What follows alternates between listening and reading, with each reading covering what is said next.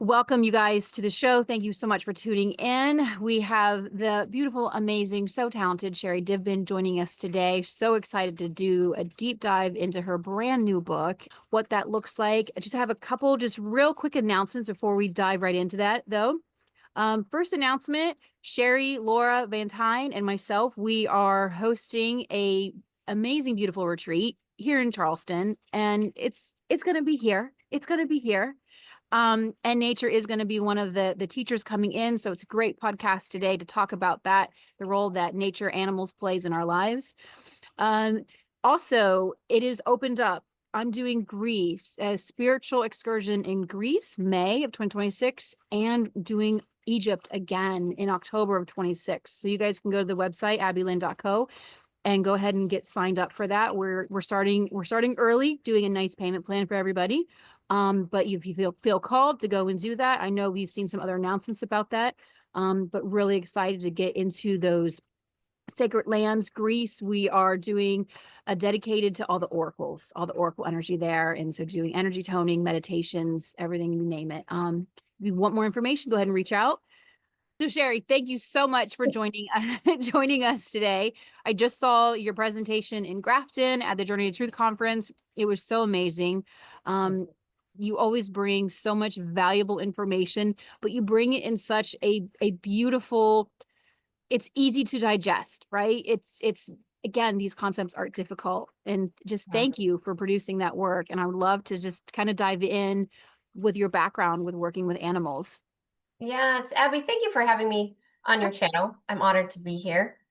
And thank you for saying such nice things about my presentations. I tend to talk a lot, so I always am self-conscious about if people are, bored or falling asleep. So that's nice to hear. And this year was really special to me because a lot of times our topics are can be a little bit more heavy, helping people activate and awaken. But this year I wanted it to be really light, and I brought animals into it in a very sacred way. One, obviously, because my book, I just published my new book, Healing the Human Animal Bond, and that's kind of my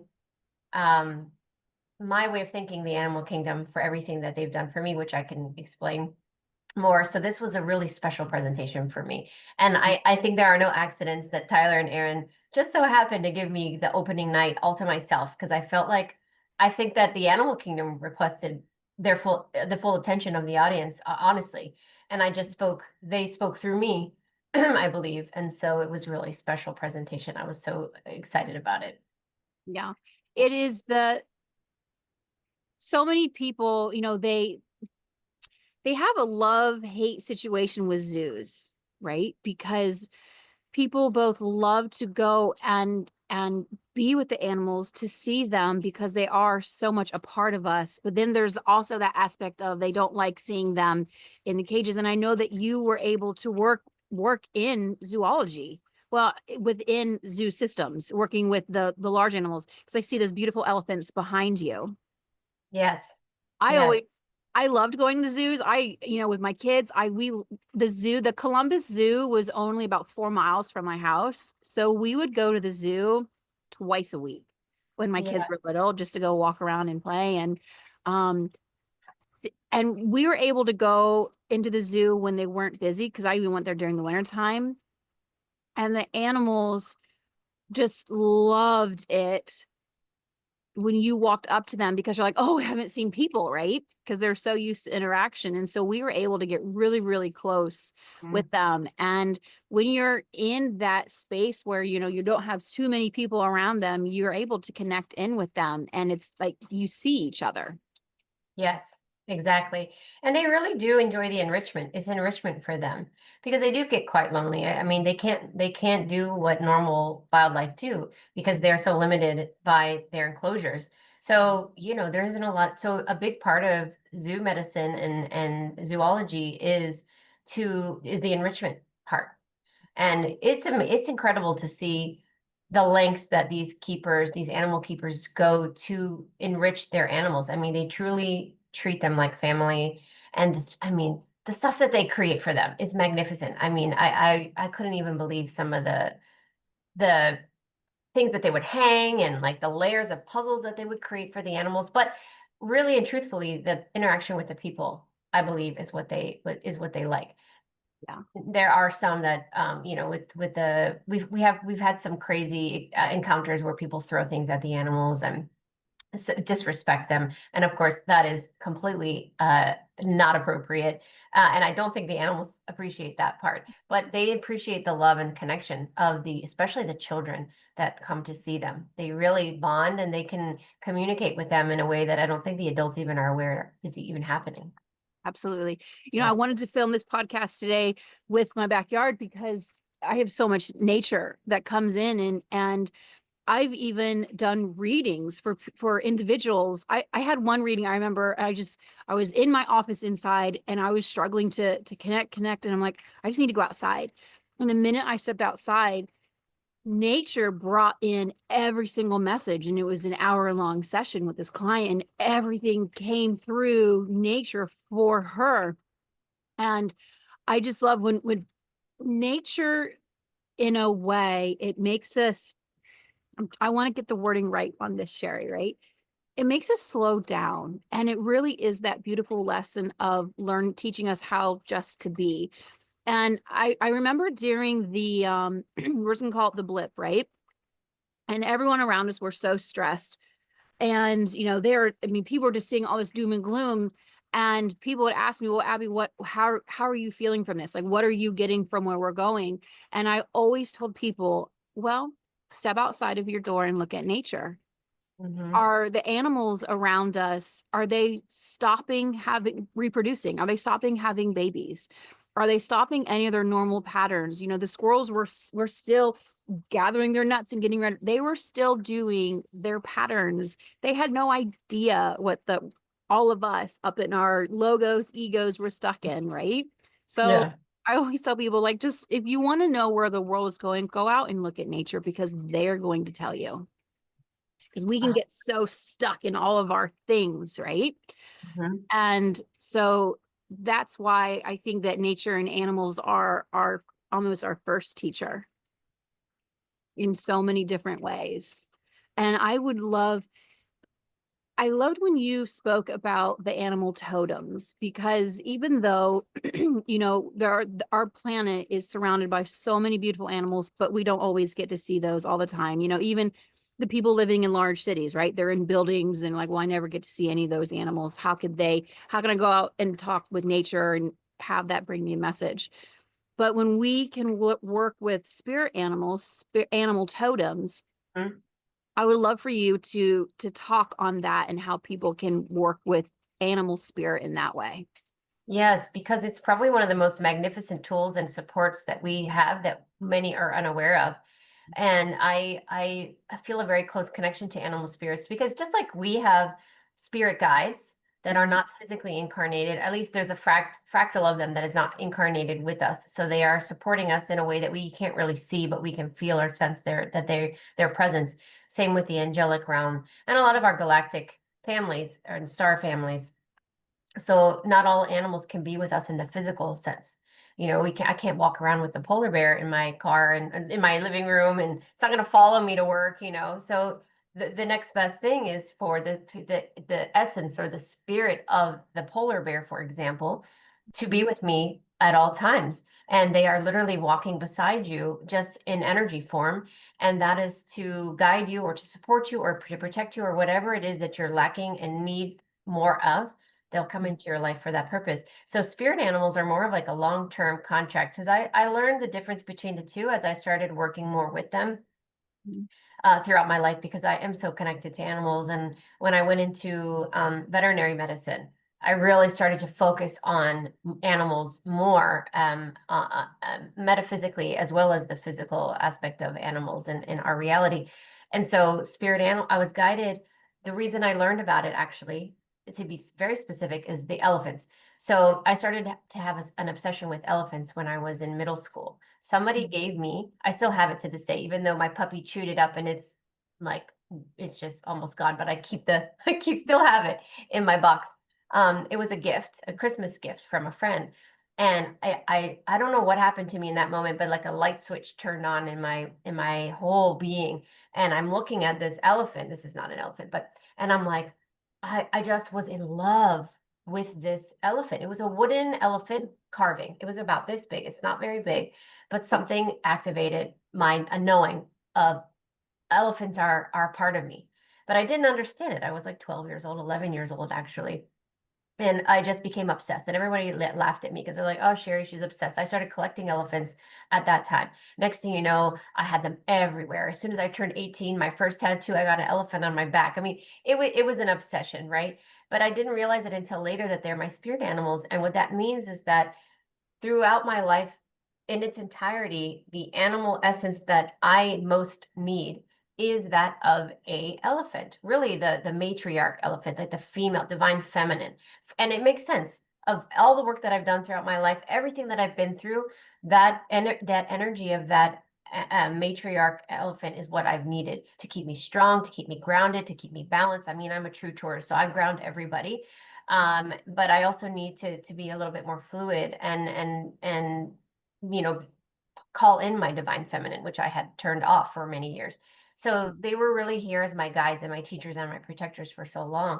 So they're in our life for a long term, and they don't ever leave our side. So they're with us all the time. And that generally happens to be for people when they're obsessed with an animal that they can't figure out why. That is probably because it's your spirit animal and you know they're around you, but you just don't know consciously. So Yeah. if you have an obsession with whatever it might be, wolves or, eagles or something, then they're likely your spirit animal. They're there all the time. Then spirit totems are lovely because they just pop in and out of our life when we need them. It could be just for the day, for the hour, or it could be for a period of time when you're doing some new project or you're feeling really down or you need heavy protection. Depending on what you need, the essence of the animal will come through for a short period of time, or they come to give you messages from families that crossed over. I mean, there's a million ways we can go with this, but it really just goes to show the capacity of which they are capable of guiding, protecting, serving us in a beautiful, symbiotic way where it's really filled with love and support more than anything else. And that's a whole aspect of the animal kingdom that's unseen. So you truly have to tap into it and believe that they are there. Because if you open yourself up, you will feel them and you'll know it. There's no question about it. Yeah, absolutely. I know people ask the question a lot, and you covered it beautifully in your presentation as well. Is can a human soul incarnate into an animal, and Yeah. vice versa? Can an animal, incarnate as a human? And I would love to get your take on that. I have a personal story about this, but I want to hear your take on it. I mean, just when you figure it out, you realize, oh my God, there's like a whole nother layer to it, right? I mean, Right. I'm still learning. I've had sessions 2 weeks ago after I published my book, and I'm like, gosh darn it, like I could have put that in my book, right? Because we're always learning more when we think we figured it out. There's so much. But basically, yes, I mean, yes to everything. What I will say no to is the manipulation that we are taught growing up, and even still to this day, that animals are souls are beneath us and they are working up the hierarchy chain. That is absolutely not true. But the caveat to that is certainly it can happen if a soul so chooses to do that. Let's say they are working through karma, or they want to experience life in its most simplistic way, which is, maybe they want to be a flower, maybe they want to experience being an insect, and maybe they want to work up a certain hierarchy that they've deemed important for them. That is absolutely a possibility. But most of the domesticated animals that we find in our lives are members of our soul network. So they could have been your grandma in another life. They could have been your sister, a friend, a best friend, or they've never incarnated as a human, but they are in your soul network, maybe from Lyra or Pleiades or some other place. And then they choose to come in to be your animal companion because it's short term and because they're here to really guide us or to take on a heavy aspect of our emotional burden and dis-ease, and they are able to be our conduits and heal us and absorb a lot of that stuff that we cannot. And so it's such a beautiful relationship between the soul contracts that we have with our domestic animals. I keep saying that because there is a difference between wildlife and domestic animals. And same goes for us, that if we want to You know, let's say my daughter it comes back in another lifetime and I want to be her, as I'm her mother now, and in another life I'm going to be her cat or her dog because I want to be with her. That's absolutely a possibility. I've had actual grandmothers pass away and come back as their granddaughter's puppy. And I mean, so the possibilities are absolutely limitless. Yeah. I mean, there's a reason why the what is it called? The Dog's Journey, or the Dog's A Dog's Journey, that movie. And then it was Oh, yes. with Dennis Quaid who stars in it. I think that is a beautiful way. I mean, I still can't watch that without crying, Oh, but such a beautiful way of a soul choosing to always come back. mhm. And he came back in multiple pets. I have a cat currently, and you know, it's so interesting. I didn't realize when I first got him as a kitten. It was about a month into me having him, and I just remember the day I went, "Oh my goodness, you are Quincy!" And Quincy came to me when I was a teenager. I mean, and Quincy was my little boy, and then he was in our family. I mean, he ended up staying with my mom and dad until I gave birth to my son. And then he came back to me and to my family a year and a half later. And I just looked at him like, oh my gosh, you came back. And now he's my youngest daughter's cat. Like, he is her cat, but it is the same exact personality to a T. It's uncanny. And our dog right now, Luna, she was Wally, and I mean, Wally came immediately right back. And I actually asked him, I'm like, why did you come back so quickly to us? I think he only was in spirit, like in transition, for like 5 months, and then he came back to us, which is like no time at all. And and he said, I wanted to be with you for this next phase. Mhm. And that intrigued me, because I think a lot of us who are, we know we're transitioning into something huge pretty huge soon. And so he came back to be a part of that, to be a witness of that. And now he's a little girl named Luna, who is absolutely my husband's dog. But through our other cat, our daughter has telepathic communication with him, right? And she said he was sitting there and he was looking down on his paws. And so she tapped in, and she said she could see his shoes. And he was just thinking inside of his head, I really miss my shoes. I really miss my shoes. And she could see what he was remembering. And then all Mhm. of a sudden, so it took a few months of them working together and piecing his human life that he had prior, to the point where we have looked him up. We know who it is. Really? Yeah, Really? we know who it is. We found an article in a newspaper that was written about him. And when he talks about karma, he's working through karma. And she tapped in, she said he has a lot of trauma around his mother. I mean, so we actually found out about a bit of his history, and he lost his mother at a very young age. And so he's working through his human connection right now. Yes. And so he's with a healer. He's spending this lifetime with my daughter, who is a healer. And it's incredible. It's so interesting. You tell some people and they're like, you guys are crazy. But Yeah, they do. They do think that. yeah, but no, we have we've introduced some sounds because he was Italian. And my friend came over and she started speaking Italian, and she's like, well, I'm just gonna say curse words and I'm gonna see how he reacts, right? And she started saying them, and he just like turned to her and his ears went back, and he was like, and he it's her. So I mean, it was very, very interesting things. That is crazy. You know, what better way to work through your trauma than to come back and be someone's companion animal too? Like, Mhm. I think that's absolutely beautiful. And a lot of people ask me the same question, do animals have karma? And it's not really fair to give a blanket statement like that. Like I said, there are many truths, many versions, many scenarios. So we really can't say definitively one way or another for anything.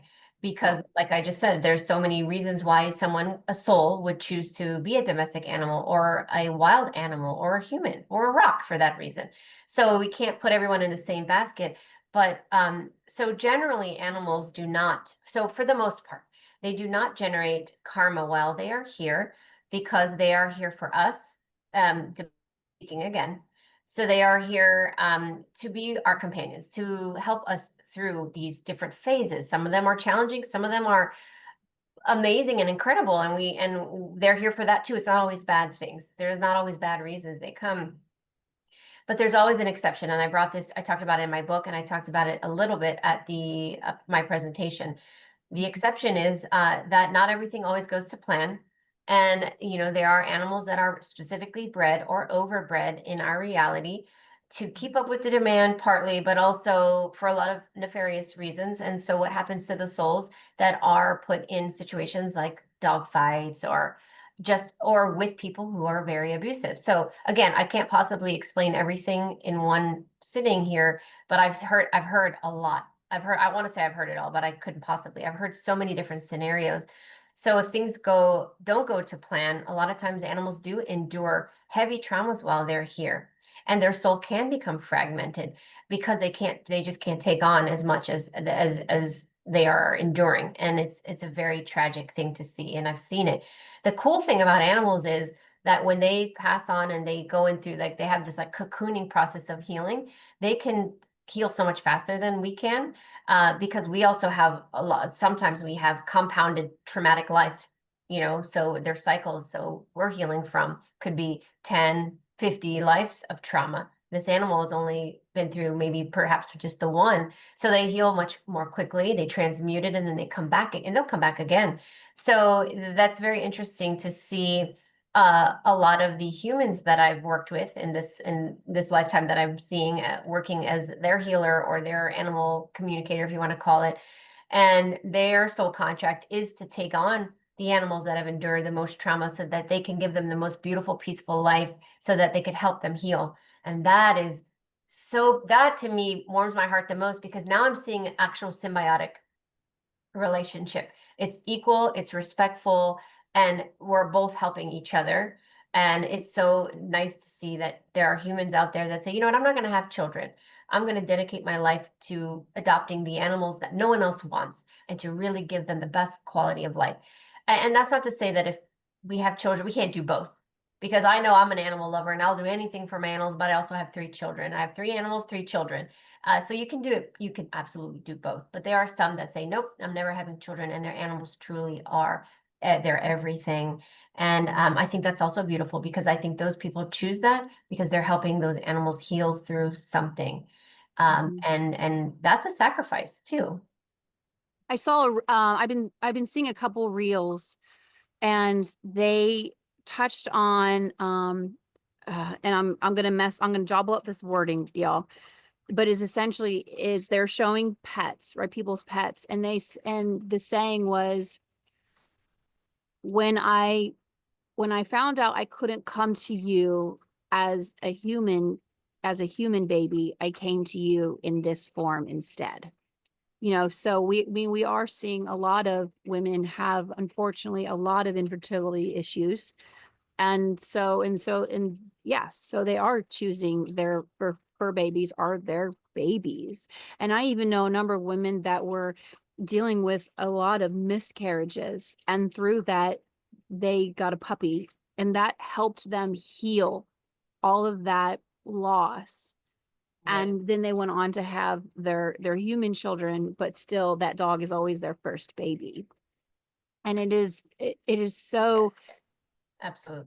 I love looking at the domesticated canine human relationship, and then the domesticated feline human relationship.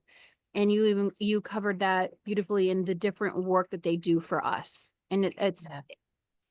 both equally important, but work in very different ways. Yes, absolutely. And I Yes. think it's just so apparent in their personalities, which is why we have so many jokes about cats versus dogs, and so it's pretty obvious. But then again, just like when we have it figured out, there are cats that have had many lives as dogs, and they come in and they're more dog personality, and vice versa, and the dogs can be more like cats. So it's not always 100%, but a majority of the time dogs truly take on a different role than cats. And dogs really are there's a reason their name is God spelled backwards, because they are divine. Bless you. I think you sneezed. They're divine, beautiful beings that really are truly are selfless. And they are here to be with us 100% in the physical sense. So they want to follow us all around the house and up the stairs and in the bathroom and in the bed. And as soon as we get in the house, they're the first ones to greet us, and they want to put their little paws on us or jump all over us and lick us. And they're very present. They're very grounded in their bodies. Like they say, I'm going to go all the way in. Mhm. And yes, they can protect us energetically. But they really are like the physical protectors and the tactile ones. Like they really want to be with us. And the cats, having a lot to do with their galactic origins, I believe, is part of it. But they are very astral, so they're dipping in and out of their bodies a lot more than dogs. They are less present, less grounded. They sleep a lot more because they are out in the astral realm. That's where they do their work. So they're napping, 12 hours a day, or sometimes even 16 hours a day. And we're like, man, these cats are lazy. Well, not really. Their bodies are resting because they're out. Their souls are out fighting off energetic attack around your house, or guarding the portals in your home, or closing portals in your home, or a million things, a myriad of things that they are doing, especially when you're sleeping. They are our biggest protectors when we sleep at night. So, because that's when we're the most vulnerable, and we have that etherical, lower astral etherical attacks that can occur. So the cats are like on guard. Why do you think that cats stay up and they're nocturnal?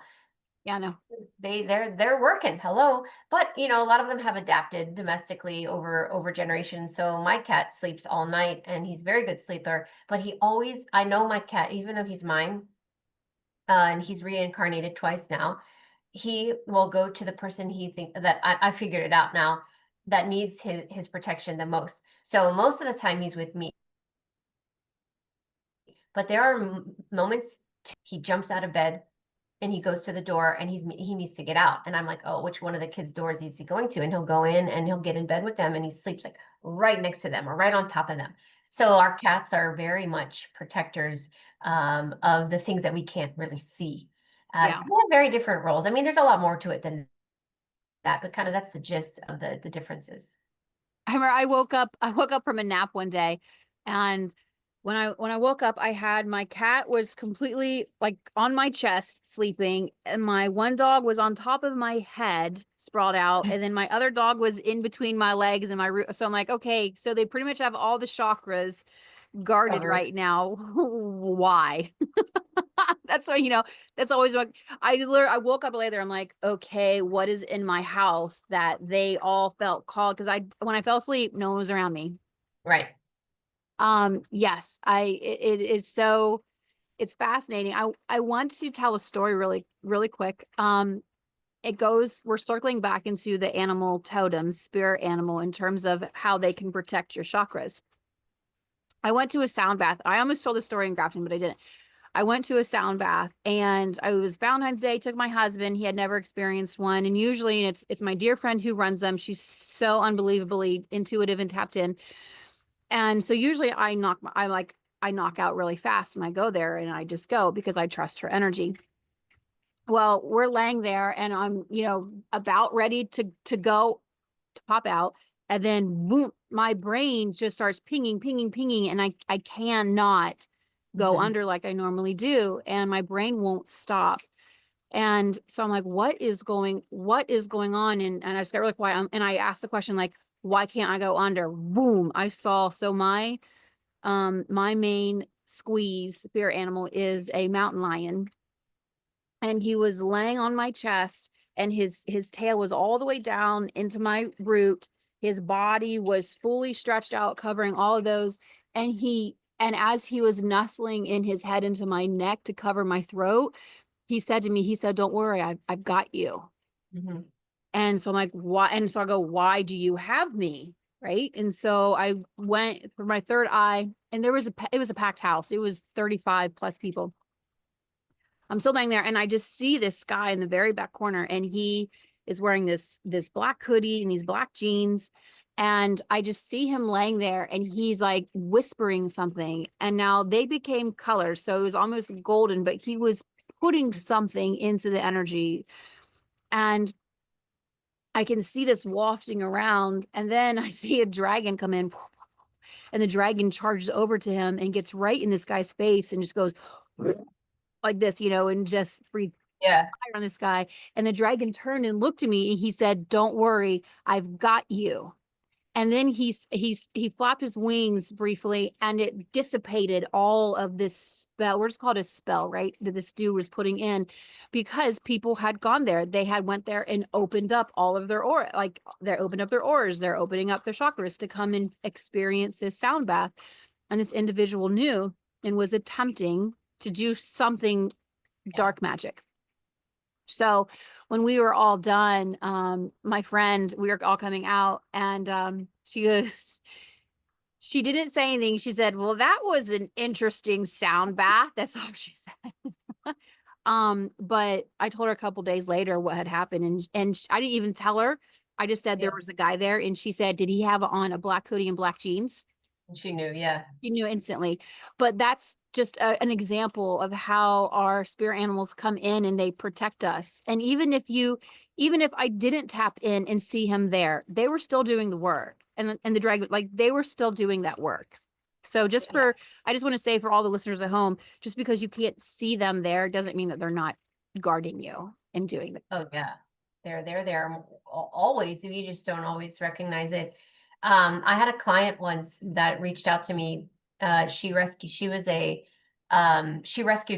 cats a Mhm. lot. She even had a cat. I can't remember if it was her garage or rooms in her house that were dedicated like cat rooms. And she got this one feral cat. So this is a story of how animals can come into your life to protect you, unbeknownst to you. You don't even know you need it, right? So this is a perfect example. And this is a physical cat. So she brings home this feral cat, and this cat is not getting along with any of the other cats. Yeah. And purposely, like this is beefing with all the other cats because what we realized at the end of the session was he was trying to get away from those cats because he wanted to be in her room, but she couldn't figure out why. So she had to, in her mind, well, I guess I'll just separate them and I'll let him come with me one night. Well, Yeah. one night turned into 2 to 3. And what was happening was this feral cat was demanding to sleep in between her and her boyfriend at the time. So it was literally like making sure he was propped right in between her and her boyfriend. Well, as I was talking to this lady, her boyfriend was I don't know if he was an alcoholic, but he was drinking a lot and wasn't the nicest guy, and she was a little bit afraid of him. And she's kind of like, I don't know if this is going to work out, type of thing. Well, long story short, the animal came, this cat literally, what is happening here is the soul, a protective guide of hers, guardian, said, I'm going to pop into this cat and I'm going to get her attention and I'm going to get in her house and I'm going to protect her from this guy. So that's exactly what this soul, that shows how quickly these souls can pop in and out of animals. Well, the cat did its job, and somehow the universe brought her to me, and I told her, this cat is protecting you from this man, because at nighttime I was being shown that the entities around him were with like long arms were siphoning her life force energy while she was sleeping. It was almost like octopus arms extending from him that was like siphoning her and attacking her. And so the cat was in her life to block it. So they weren't able to do that while as long as the cat was there. So they didn't like the cat. The boyfriend didn't like the cat. And it caused a huge rift. Well, when I told her that, she had chills all over her body. She knew it, like it was true. And she said, I got to get rid of this guy. Well, she ended up getting rid of the guy, and the cat stopped sleeping in her room, and she was fine, and everything was okay. And I mean, she let the cat sleep in her room, but he had done what he needed to do, and he went in with the other cats and was fine. And he was getting along with everybody. And he came into her life solely to protect. I was just Fine. saying, I don't know where I cut off, but basically the cat came into her life to protect her, got this guy out of the situation, and she was safe, and he did his job. Like That's that's how they work. Yeah, that's incredible. That's so incredible. We had this construction worker years ago when we lived in Ohio, and Some days our dog liked him, some days our dog didn't. And we could not figure out because Wally loved everybody, right? Wally was just, he was part Basset Hound. Like Basset Hounds are so friendly. And like God, and we even joke with the contractor, like, I don't know why he doesn't like you today, but he just doesn't. And long story short, we found out that that guy was doing drugs. And so we're like, oh, there it is. So the days that Wally loved him, he was not on drugs. And I swear to goodness, the day that he didn't, he was probably high and he was doing cocaine. So Yeah. yeah. And when you do drugs like that, you open portals and the animals around you Mhm. will stay away because then there's a lot of shadow beings and darkness around and they're terrified of them. I have so many stories like you just mentioned where people would come in and we had one alcoholic friend and my daughter and the animals would stay away from him. They were terrified of him and he couldn't, we like, he's the nicest guy. That's so weird. But it's the entities or the energy that's scaring them off. They could be good people, but when you're drunk or you're high or whatever, the you can't you're not able to control the entities that you've inadvertently invited in, and that's what they're afraid of. Yeah, absolutely. Yeah, When you know, had I known a bit more, I would have taken it a lot more seriously at the Yeah, time. Yeah, because my kids were really little, and so this guy was coming into our home with our little kids. So, yeah, yeah, yeah, yeah. I didn't know that back then either. So you only know what you know, right? At the time Oh you know yeah, it. yeah. Yes. Well, thank you so much for coming on. I know that we kind of have a hard stop today. So thank you for doing the work, Sherri. Thank you for putting all this amazing information out. Her book, Healing the Animal Human Bond. It's on Amazon. And I think it already hit bestseller, didn't it? It did. In the first couple of weeks, it was it had bestseller and number top new release. That was it was really amazing. So yeah, it's trekking along. Yeah, yeah, but it covers so much more than what we were able just to touch on in this podcast. We just lightly were able to do some little dives in there. But highly recommend you guys going out and getting the book. It's incredible. These animals, and you know, we're gonna we're already starting to see it. We're gonna continue to see. I think I would love to get your take on this. Even my one little dog, the kids and I have noticed she's trying to form words when I mean she does bark, but sometimes she's making sounds. And we're the other day, like a couple weeks ago, we were like, I swear to goodness, she's trying to figure out how to speak. Yeah. Yeah. Yeah. And the I think that the animal kingdom is going to start showing itself in a much grander scale in helping in this spiritual war that we're in. I think so. I think they're trying everything they can to get our attention. And Yeah. I think that's a big part of why I was guided to write the book because I want people to be informed Mhm. of everything that they do for us and everything they're trying to do for us. And there's so much misinformation out there. And so communication is one of the biggest blocks that we have with animals because they don't speak English or they don't speak in the way that we do, not necessarily English. Um, so they learn our language, you know, like when you say certain words, they learn it. They're not stupid, they're very intelligent. So they pick up through repetition. Okay, walk means we go outside and I get on this thing and they walk me and you know, and dinner or food or whatever word, like they know these words. But I think that they truly are trying to communicate with us in a way that's more clear. And so, Yeah. you know, these lovely people are creating those message boards. But I really do think that there are animals that are trying to almost, well, number one, a lot more people are coming to me saying, my dog is staring at me. It's making me uncomfortable, or my cat. I'm like, no, that's a beautiful thing. It's not that you're missing a message. That, I mean, if they wanted something from you, it wouldn't be them just sitting there staring. They would go to the food bowl, they would go to the door to go out. They're trying to connect with you and say, I see you. I'm here for you. I love you. I support you. And just like they want you to just lock eyes with them and just connect energetically. And I think that we are having this beautiful energy exchange that we aren't recognizing consciously, but it's happening very subtly, very passively. And they're trying to connect the bond to heal that fragmented relationship. But I do think that their attempt, and it could be more human souls, meaning souls that are trying to be animals they haven't done it very much. So they're like, they probably truly are trying to move their mouth and talk because they're like, I know I can speak. I've done it before. And now they're dogs and they're like, I just can't get my mouth to move. So they probably are trying. Yeah, totally. It's Luna will, I call her Una. I never call her Luna. I always call her Una. Una will come up, and whenever she's a dog that she just looks directly into your soul. She just does. That's just her energy. But what I can was is when she walks up and just looks at you like that, Hmm.